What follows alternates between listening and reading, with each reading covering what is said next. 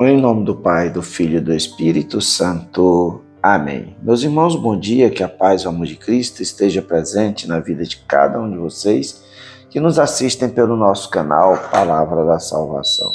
Que Deus os abençoe.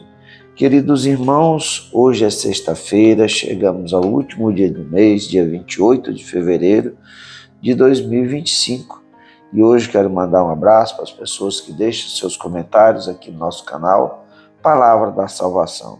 Meu irmão João Bosco, Loyola, lá de Redenção, Bosco, pede oração para o retiro de carnaval das paróquias Cristo Redentor e Nossa Senhora das Graças, pois é muito importante para a formação dos jovens. É verdade, meu irmão.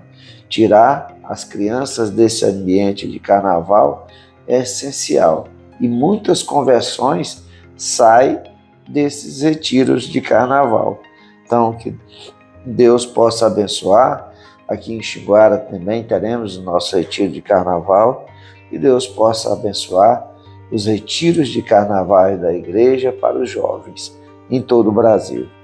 Meu irmão Antônio Miguel, do Rio Formoso, Pernambuco, a Ana Santos, aqui a Cia, o Félix Ribeiro, a Júlia Conceição, o João Batista, lá de São Geraldo, a Cia pede oração pelo Papa Francisco e meu irmão Pascoal, lá de Araguaína, no Tocantins. Um grande abraço para todos vocês, que Deus os abençoe.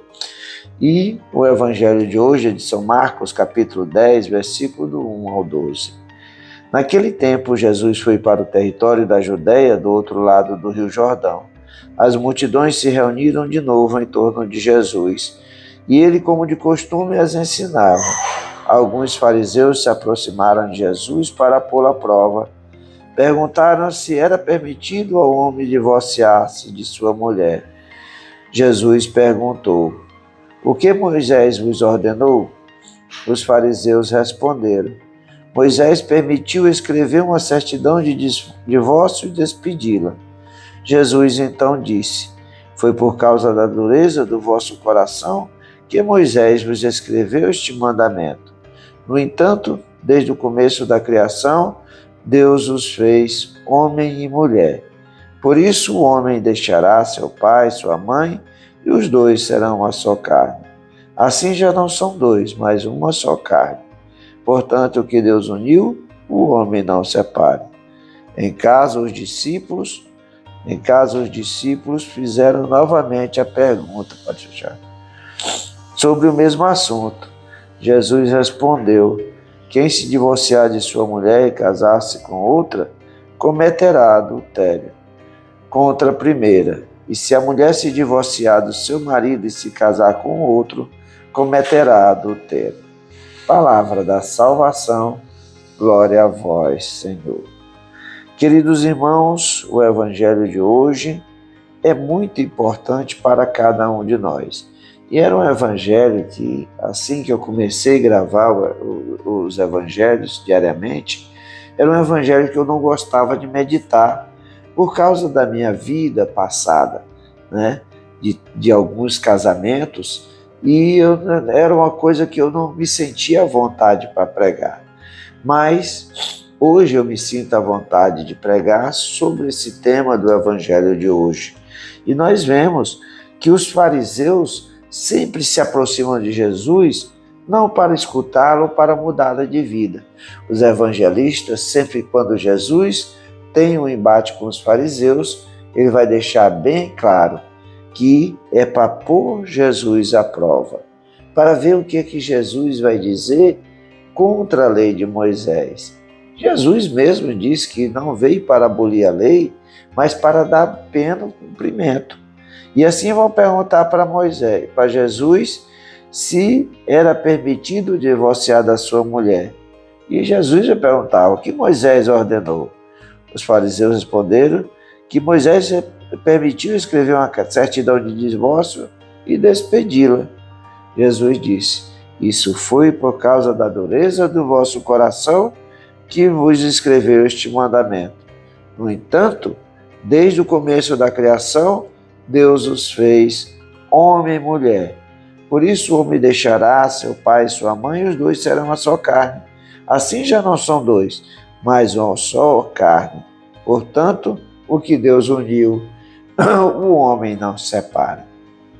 E essa verdadeiramente, meus irmãos, é a graça o qual Jesus eleva o matrimônio, o casamento, eleva ele à condição de sacramento. Porque é a graça de Deus, é o amor de Deus. Deus que vai escolher a companheira tirada da costela de Adão, carne da minha carne, sangue do meu sangue. E é essa união o qual o casamento é celebrado. O casamento é assistido pelo padre, mas o casamento é celebrado como um sacramento por Deus. É assim que os noivos se colocam diante de Deus, para viver essa união verdadeira. E muitas vezes, quando as pessoas vivem as coisas do mundo, isso não tem valor. O casamento deu certo, deu, se não deu, cada um vai para o lado. Foi isso que eu fiz em minha vida em várias situações. O casamento, como sacramento, ele nos coloca numa condição verdadeiramente diante de Deus, o qual nós pensamos muitos em determinados momentos para viver verdadeiramente essa fidelidade do casamento. Eu, quando vivia no adultério nas minhas vidas, eu falava quando uma pessoa me dizia: eu tenho 30 anos de casado, eu nunca traí minha esposa. E eu falava, isso é impossível. Mas eu sei que era impossível para mim, porque eu vivia praticando as coisas erradas do mundo.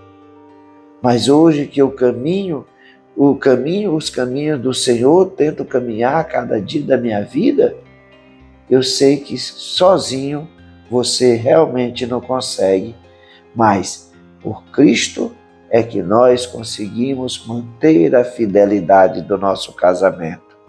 É essa graça que Deus nos dá, a força de a gente a cada dia da nossa vida, duas pessoas muitas vezes com temperamentos diferentes se encontram para viver o amor, a união, a graça de Deus, pois o nosso casamento tem que ser sustentado por Deus.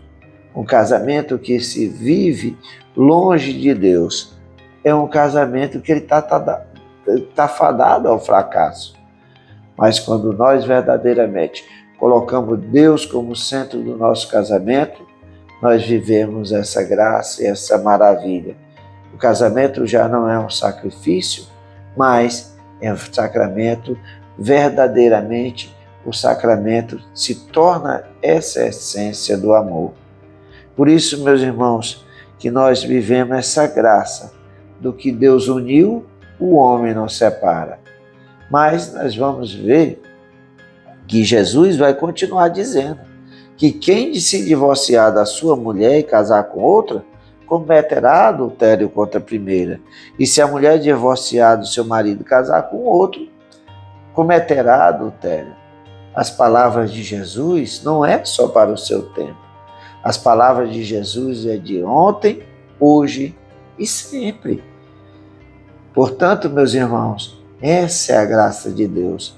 A Igreja Católica, pelo direito canônico, concede a nulidade do casamento, mas é porque a igreja vai investigar se aquele casamento é válido ou não.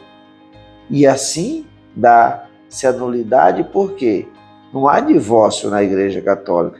Há nulidade quando a igreja vai, pelo tribunal eclesiástico, analisar todos os princípios para ver se aquele casamento, na sua essência, foi válido ou não. Mas o que deve se preservar é o amor, é a união, a fidelidade. E assim, o que Deus uniu, o homem jamais separará.